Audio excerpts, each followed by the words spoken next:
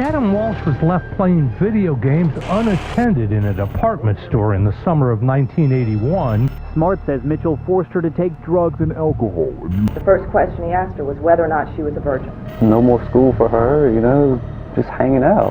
Kevin Ray Underwood has a hearing today. Authorities found her body inside a storage tub in Underwood's campus.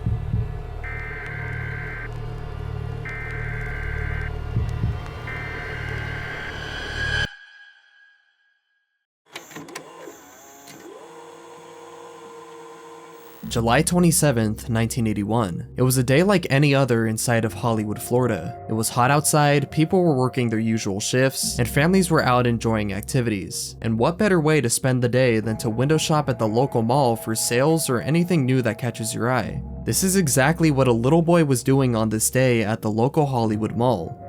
His name was Adam Walsh, a child of only 6 years old who, like most kids his age, was excited to browse the game selection inside of a Sears anchor store. He was accompanied by his mother, Rev, who was set on buying a lamp that was on sale. After entering the store, Rev dropped Adam off at an Atari 2600 display, which was packed with older teens taking turns to play the console. She let him watch the other kids play while she quickly went to the lighting section a couple aisles over to find the lamp that she was looking for. Little did she know, this was the very last time she would ever see her son alive.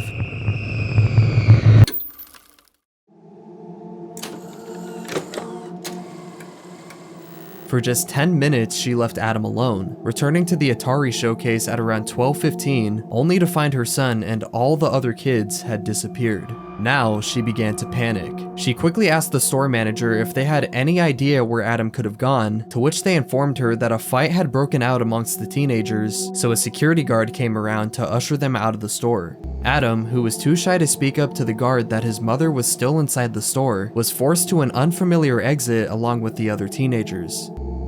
However, after more than 90 minutes of searching the entire store and surrounding area, Adam was nowhere to be found. Rev, who had coincidentally run into her mother-in-law Jean during the search, informed her of the situation. They called the Hollywood police at around 1:55 p.m., and they soon arrived on the scene. Over the next 2 weeks, hundreds of volunteers and law enforcement officials searched the town for the lost child, putting up missing person posters all over Hollywood, Florida, but even still, he was nowhere to be found. It was as if he just vanished into thin air. However, on the fateful day of August 10th, 1981, a shocking discovery was brought to light.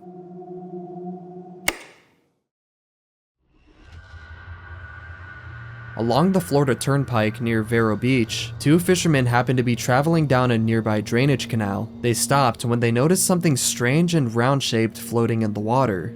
When they moved in for a closer look and realized what the object was, they were mortified. Immediately, they called the police to investigate the scene, to which Detective Ralph E. Latimer Jr. and an unknown deputy arrived at the canal. Together, they pulled the round object out of the water and realized they were staring into the deceased face of the 6-year-old child, Adam Walsh. Only his head was found. The body has never been discovered even to this day. It took a while for law enforcement to identify the child, as the evidence was found nearly 130 miles outside of Hollywood, so this county probably wasn't even aware of Adam's search. Meanwhile, on the morning of August 11th, the very next day, Rev and her husband John appeared on national television with hopes that Adam was still alive and offered $100,000 to whoever could find him. Shortly after, local police would break the news to the parents. They ruled that Adam's death was due to asphyxiation and likely died several days before the head was discovered. But there were still so many questions to be answered as to what happened to this poor child. I mean, this was very clearly foul play, so who could have possibly committed this horrendous act? Over the next 27 years, multiple theories formed as to who Adam's killer could have been. This ranged from serial killer Otis Toole to even the infamous Jeffrey Dahmer, who was caught in the early 90s and was known for targeting men and boys. Surprisingly, 2 witnesses even reported seeing Dahmer in the area when the kidnapping took place. Coincidence? Possibly, but in 1983, Otis Toole verbally admitted to the crime, however later recanted his confession. Why he did this was unclear.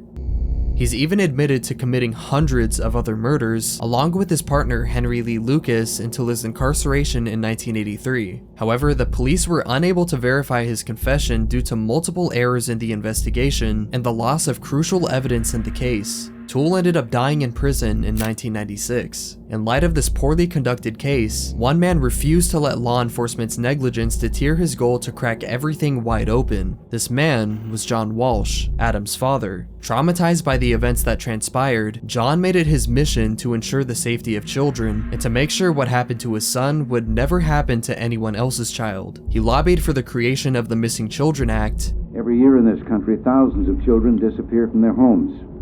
The Missing Children Act will reassure parents that every effort is being made to find, or in more tragic circumstances, to identify their children. And founded what would later become the National Center of Missing and Exploited Children. In 1988, he even became the host of his TV show America's Most Wanted, which helped to profile cases of missing people and wanted criminals. Although he did everything in his power to help the children of the world, John still held on to hope that the mystery surrounding his son would someday be revealed. In 2006, he reached out to former Miami Beach homicide detective Joe Matthews for help in solving the cold case. For nearly 2 years, every piece of evidence was sifted through, including those that law enforcement had overlooked and disregarded. Among these were 98 photos taken of Otis Toole's Cadillac, who was the prime suspect. However, out of these 98 photos, one included a shocking revelation.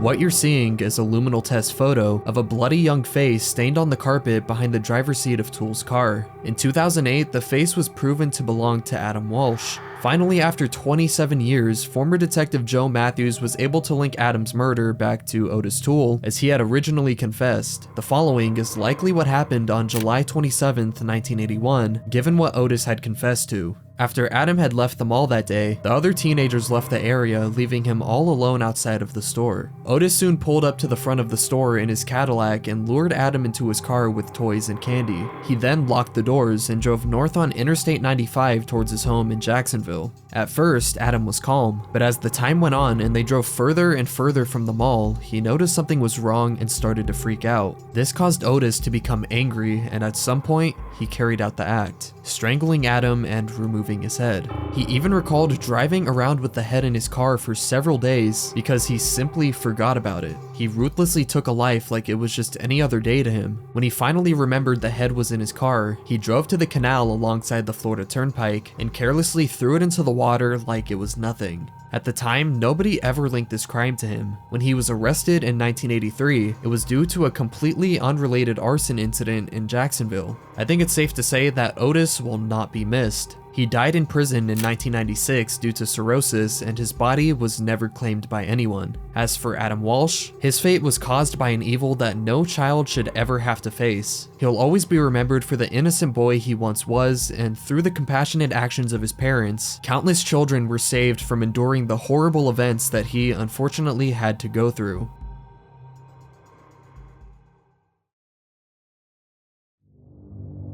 June 5th, 2002. It was a calm morning inside the Federal Heights neighborhood in Salt Lake City, Utah. The sun hadn't even come up yet and the streets were barren, as families were still sleeping cozily inside their warm houses. This was the same at the Smart residence. Mary Catherine Smart, a 9-year-old little girl, was sleeping soundly with her sister Elizabeth, who was 14, as they both shared the same bedroom. Everything was dead silent inside of the house until Mary awoke to the sound of a voice beside her bed.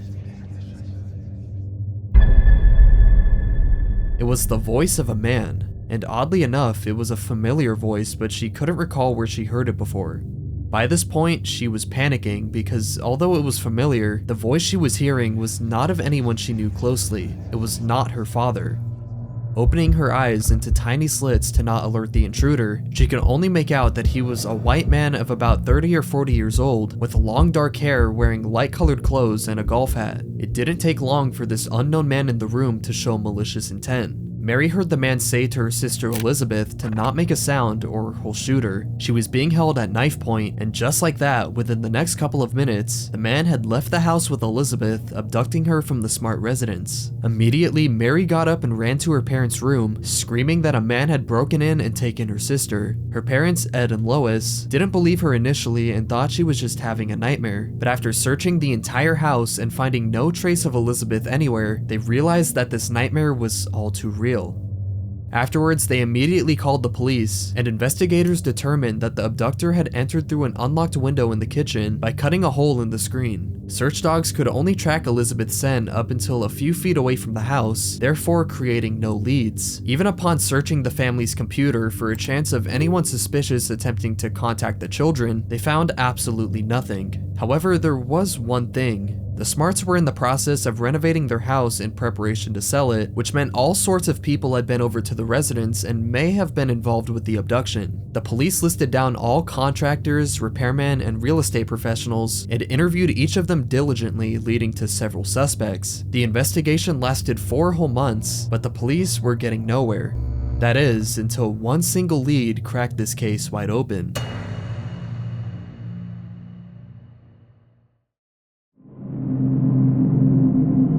After all this time, Mary returned to the voice of the abductor. If you remember, she recalled it being familiar, one that she had heard before, and after long hours of reflecting, that's when she realized who it belonged to.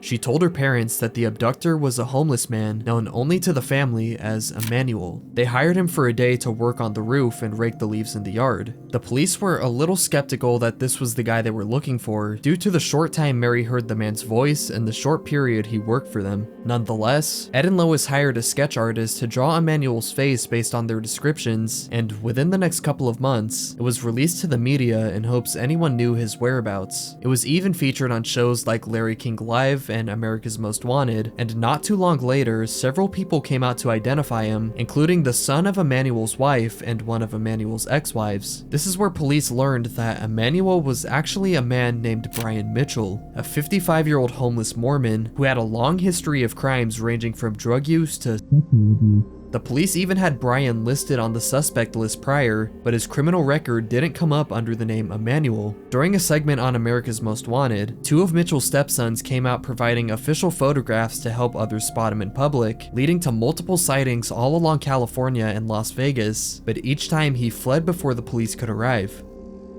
Multiple people called the police after seeing Mitchell in Sandy, Utah. He was accompanied by a woman and a young girl. Officers quickly arrived on the scene after receiving the tips and found that it was indeed Brian Mitchell, accompanied by his wife Wanda Barzy and Elizabeth Smart, who was disguised in a gray wig, sunglasses, and a veil. Brian and Wanda were immediately arrested, but Elizabeth continued to deny her identity. However, she eventually broke after further questioning and being shown her missing person posters. It was now that the horrifying secrets of Elizabeth's abduction were brought to light.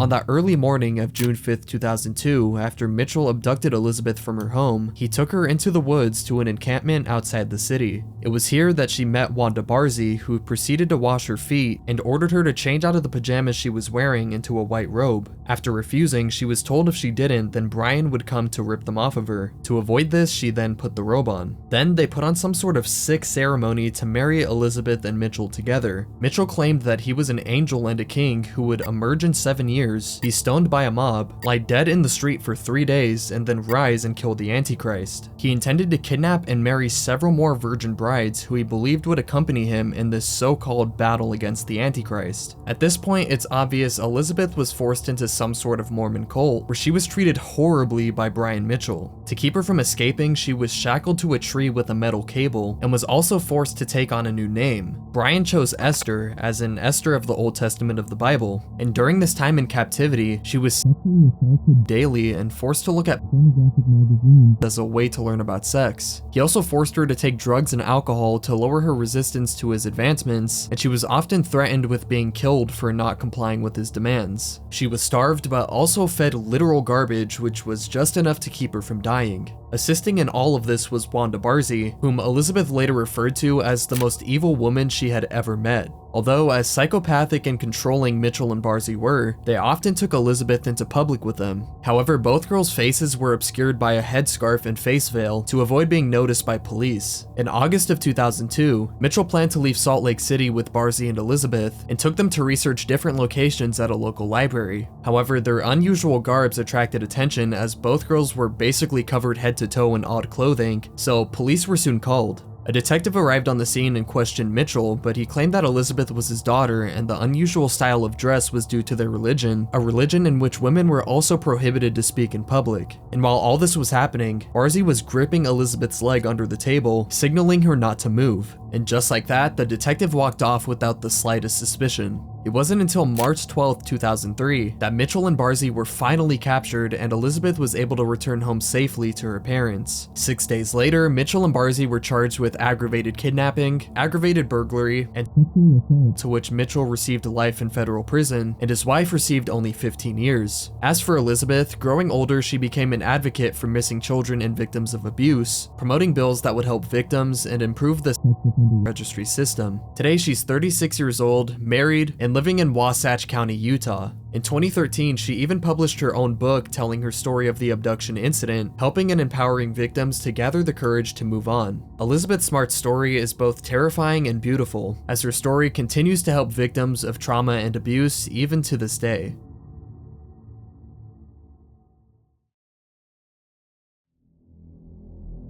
It was the 12th of April 2006, inside the city of Purcell, Oklahoma. It was a warm, sunny afternoon. School had just let out, so the sidewalks were filled with children returning home for the day. Among these children was 10-year-old Jamie Rose Bolin, who already made it home and decided to ride her bike around the neighborhood and enjoy the scenery. Everything was completely normal. She even ran into her neighbor, Kevin Underwood, a 26-year-old grocery store worker who she knew fairly well. After a brief conversation, he invited her to come into his house to watch cartoons and play with his pet rat. Trusting him as they lived in the same apartment complex, she followed him inside. And this is when Kevin Underwood began to show his true colors.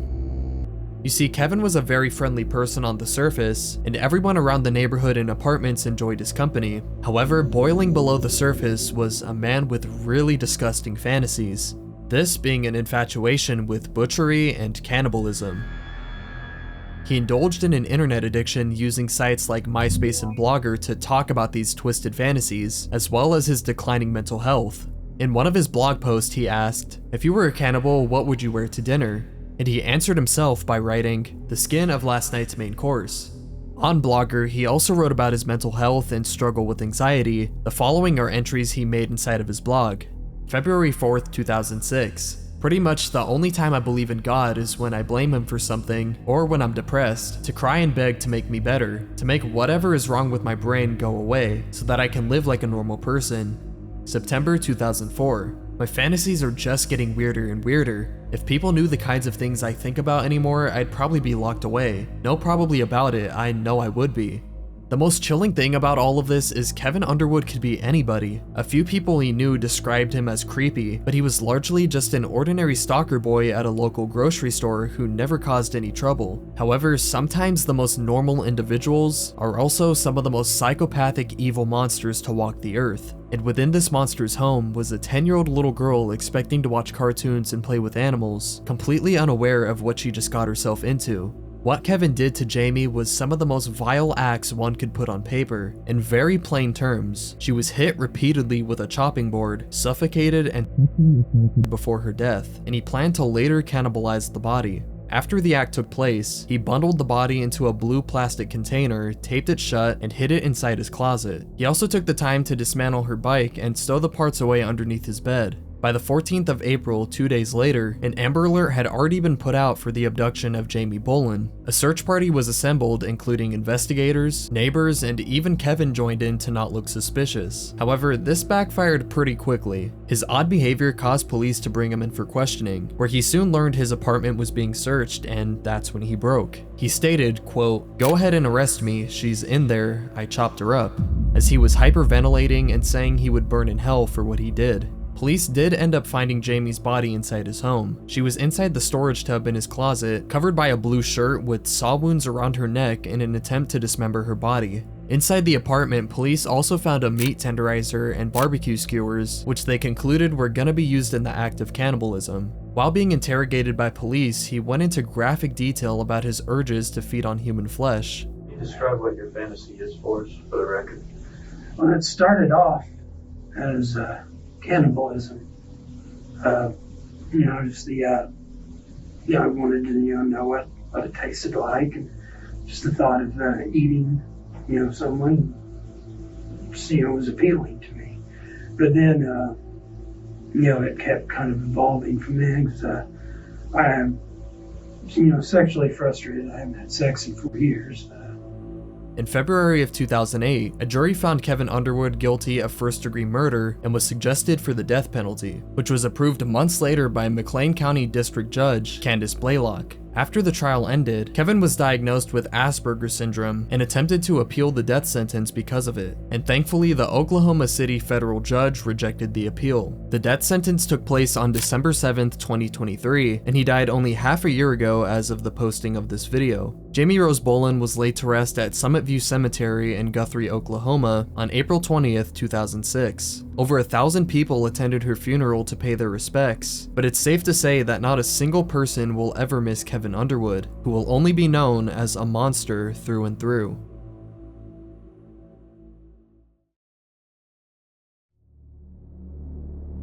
September 6th, 2006. It was a warm afternoon in Lugoff, South Carolina. Classes had already finished for the day and kids were just coming home from school. It was around 4:30 p.m. and a school bus stopped near the sidewalk of Leaning Tree Road. Off got 14-year-old Elizabeth Shoaf, who decided to walk the remaining way to her house on foot. Only for a couple of minutes she walked, before she noticed a middle-aged police officer approaching her. He stopped her as she was walking down the sidewalk and claimed that she was suspected of using marijuana. After some back and forth arguing, he was forced to place her in handcuffs and take her down to the police station where her parents would be called. He led her into the woods off the trail, and by this point she noticed something was off. Why was there no police car or motorcycle? Why didn't he search her bag or pockets for any marijuana she was being accused of possessing? And most importantly, why would they be walking through the woods to get to the police station? She posed all these questions in her head, but she couldn't just walk away. She was in handcuffs and forcibly being marched around the woods by this guy. It got to the point where she became disoriented. They'd been walking for over an hour and she had no clue where she was. And that's when she stopped, and her eyes set on an 8x8 makeshift underground bunker, which was located roughly within a mile of her home. As she stared into the dark doorway of this mysterious looking dirt shelter out in the middle of nowhere, her heart began to sink.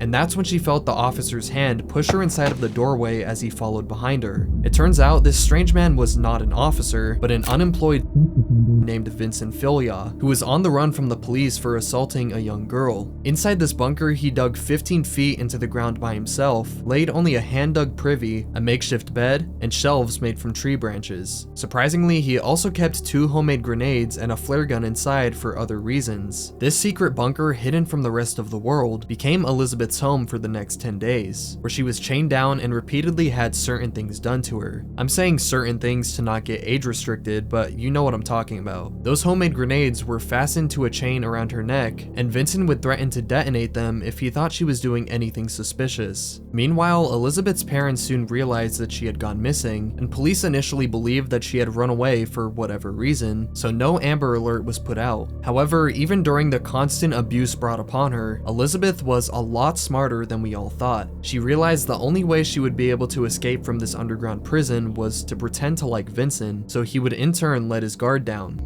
He would start to call me nicknames like baby, and I would call him that back.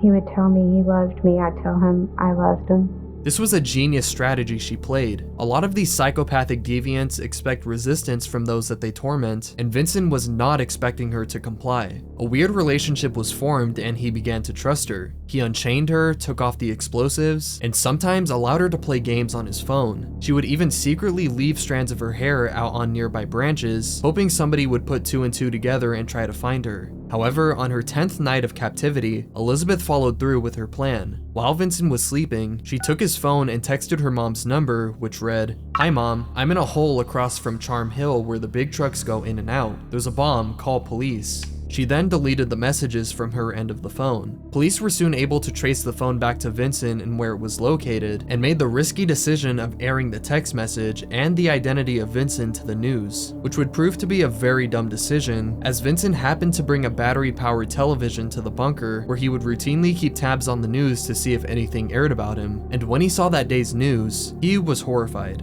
He was so scared and panicked and flew into a fit of rage. He felt betrayed by Elizabeth, who told him to run or else the police would catch him, and surprisingly, he didn't kill her. He planned to steal a car and get as far away from the city as possible, but police eventually surrounded him 5 miles from his house and arrested him. Elizabeth was soon found near the bunker site screaming for help, and a rescue team extracted her and brought her home. Vincent Villiaw soon pleaded guilty to all counts before the start of his trial. He was sentenced to a lengthy 421 years in prison without the possibility of parole on September 19, 2007. He died while he was in there at the McCormick Correctional Institution at the age of 51 on May 3, 2021, but no cause of death was determined. As for Elizabeth Shoaf, she ended up moving on with her life. Detectives even refused to take credit for saving her, and even publicly stated that this young girl saved herself. She eventually graduated from college and began working as a dental assistant, so it seems she didn't let this incident redefine her life. It's very rare for cases such as these to leave on a happy note, but it was all due to Elizabeth's outstanding wit and endurance that she's still alive today, able to leave this dark part of her childhood in the past where it belongs.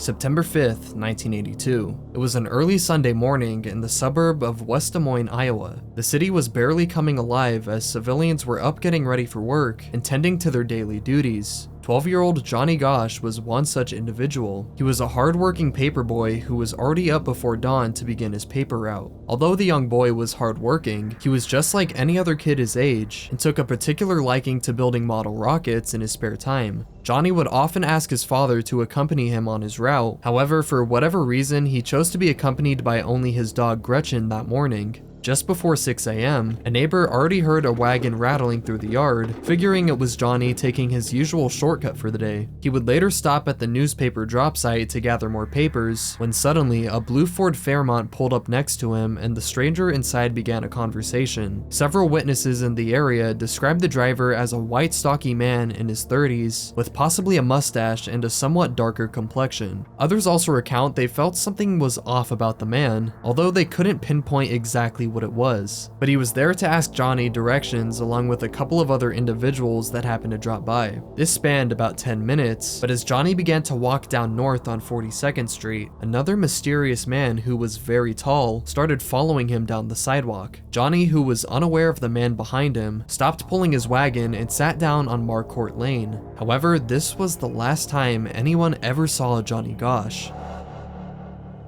A nearby neighbor heard a door slam and saw the same blue Ford Fairmont speed away north down the street. All that was left behind was the wagon the young boy was dragging along, but he was nowhere to be found. 2 hours later, the phone started ringing at the Gosch's house. His parents, John and Noreen, received numerous calls asking why their papers hadn't been delivered to their houses. Immediately alarmed by this revelation, John began to search the entire neighborhood for Johnny and stumbled upon the wagon full of newspapers only 2 blocks away from their home. John and Noreen immediately called the police and wanted to report their son missing. However, the police handled the situation horribly. It took them a full 45 minutes for them to arrive at the scene, only for Johnny's parents to be told they had to wait 72 hours before classifying him as missing. Initially, the police believed Johnny was just a runaway. However, in the coming days, they changed their statement and suggested he was indeed kidnapped. But in the investigation, almost zero evidence was found, nobody was arrested in connection with the case, and no motive was established. 4 days after the abduction, John and Noreen were featured in the Des Moines Tribune to gather awareness of their son's disappearance in hopes of finding any leads. He was even among the first missing children to appear on the back of milk cartons, which became commonplace in the 1980s. However, around 6 months after Johnny vanished, a woman in Oklahoma gave some very alarming news.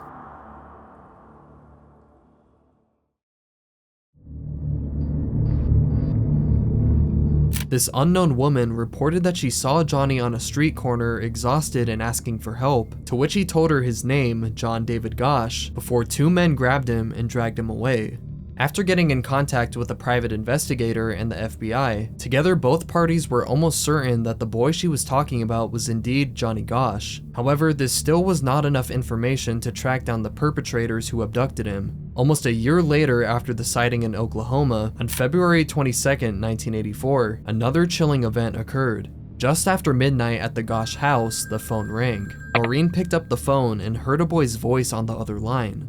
"Mom?" he asked, and she said it sounded exactly like Johnny. His words were slurred, but he was begging for help. When Noreen asked where he was, someone suddenly hung up the phone. There were a few brief calls afterward, but always, the phone hung up before she could get any information. And frustratingly, the police weren't even able to trace the calls to a location. Over the next months, even more sightings of Johnny popped up over the state of Texas, but before the police could circle in on the kidnappers, they were already long gone. By this point, two things are apparent. One, Johnny Gosch is alive and being taken across multiple states throughout the central and south US. And two, he's with some very bad people who are keeping him alive for most likely very bad reasons. For nearly 9 years, nothing came of this case. Johnny remained with these horrible people and it was unknown what they did to him, not to mention the awful feeling of disclosure his parents had to endure all this time. However, one call in 1991 may have shed a lot of light onto the mysterious disappearance of the then 12-year-old boy.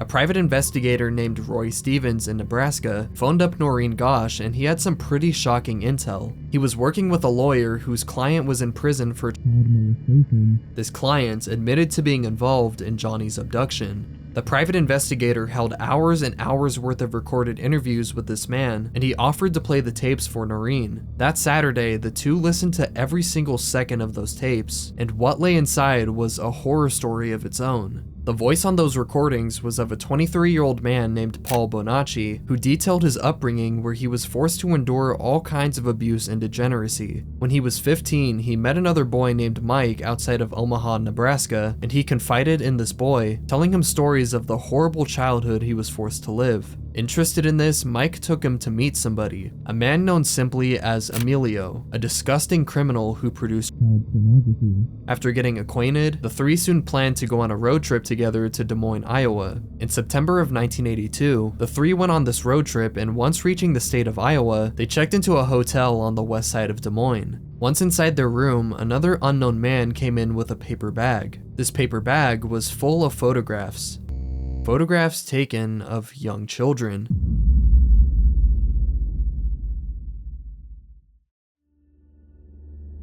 They laid the pictures out when suddenly the unknown man pointed to one of the photos and said, "This is the one." The picture he was pointing to was of a young Johnny Gosch. Bonacci was roped into a kidnapping scheme. He said he didn't know why Johnny was chosen, but it was most likely the way that he looked, as he could be used for more money. By this point, I think it's pretty evident what Johnny was being used for, as horrible as it is. Bonacci supposedly didn't know he was going to get roped into this, and from his account, Emilio even took him onto a dirt road and put a gun against his head, threatening to kill him if he didn't go along with it. Remember, Bonacci was 15 by this point and easily impressionable, so it is likely he was coerced into doing this, but also just as likely he agreed to do it willingly. Whatever the case, they carried out the plan the next morning, getting Johnny inside of the car while Bonacci put a chloroform-soaked rag over his face. After making the getaway, the group switched cars, with the original driving east towards Chicago and their station wagon going south. Later, both Bonacci and Mike, who were underage at the time, were betrayed by the other group members. They were locked in a room with no windows and allegedly forced to do things to Johnny while they filmed it for profit. Bonacci was brought back to Omaha the next day, but he later recounted seeing Johnny another time in Colorado with a man he knew only as the Colonel. It was at a ranch house where they supposedly kept multiple of these kidnapped children. After listening to these tapes, you couldn't even imagine how Noreen must have felt. Although the tape's authenticity was never confirmed, she believed it with 100% certainty.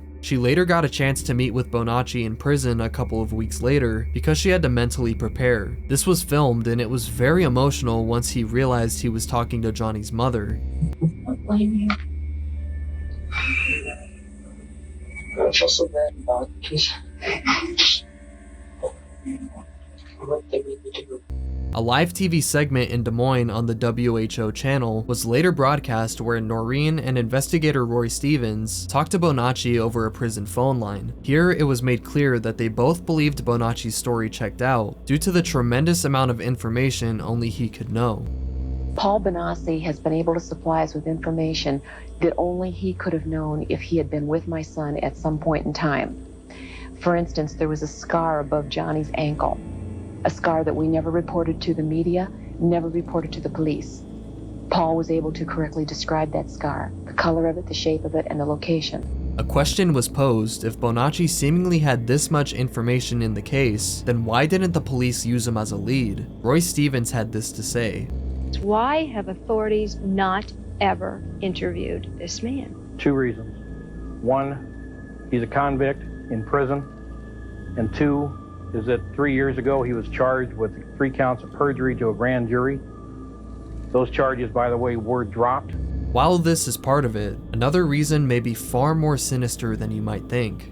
Paul Bonacci claimed he knew some dirty people in high places. Johnny Gosch's disappearance may have been part of a much bigger plot. And for Noreen, this bigger plot became all too real in early 1997. By this point, Noreen was divorced from her husband and lived in her own apartment. One night she was sleeping in bed when she was suddenly awoken by a knock at the door. And what stood behind this door changed the course of this story forever, at least in Noreen's eyes. She opened the door and there he stood. It was her long-lost son Johnny, now 27 years old, who had now been missing for 15 years. She instantly knew it was him by looking in his eyes. It was the same eyes of the little boy she once knew all those years ago. He opened his shirt to show his birthmark on his chest, and that's when she knew it was official. They hugged for the first time in 15 years, and by now he was ready to tell the story. However, weirdly, Johnny was also accompanied by an unknown man. He would often look at this man for approval, almost as if he was being controlled by him in some way. Even so, Johnny told the same story Bonacci had told. After he was abducted by Emilio and the crew, he was sold to the Colonel, where he states he was used to businessmen and politicians. This is what Bonacci meant when he said he knew dirty people in high places. It was all part of a program called Project Monarch, where the government would use trafficked children to engage in lewd acts with people in power, Bonacci being one of these children. A form of entrapment where they would then blackmail the individuals into doing whatever they wanted, or else they'd be thrown in prison for their crimes. The children were essentially a form of spy agents, and Johnny was one of them. This is why the police never took the initiative to investigate the case any further, because it was all part of the plan to begin with. But I do need to mention that this is all a theory that both Bonacci and Noreen believed. There's no official evidence that Johnny showed up at the apartment, as Noreen would have been the only one who knew, but from her account, he only stayed for an hour or two, claiming he was able to escape and was on the run from the people who took him. He wasn't even sure if visiting his mother was a good idea, because his captors said she'd be killed if he tried to contact her. The only way he felt safe about coming home was if the people behind this were captured, and told his mother to do something about it. And just like that, he left the house, and to this day he was never seen by Noreen or the public ever again. Even now in 2024, Noreen is working tirelessly to crack the case wide open. For 42 long years, a dark shadow was cast over her life, having the one thing she loved taken from her who was so young and innocent. However, there is still hope. This case received national attention, and just like Noreen, many others are determined to solve the case as well. As for Johnny, although we don't know what happened to him, he'll be missed by many around the world and will forever live in the hearts of millions.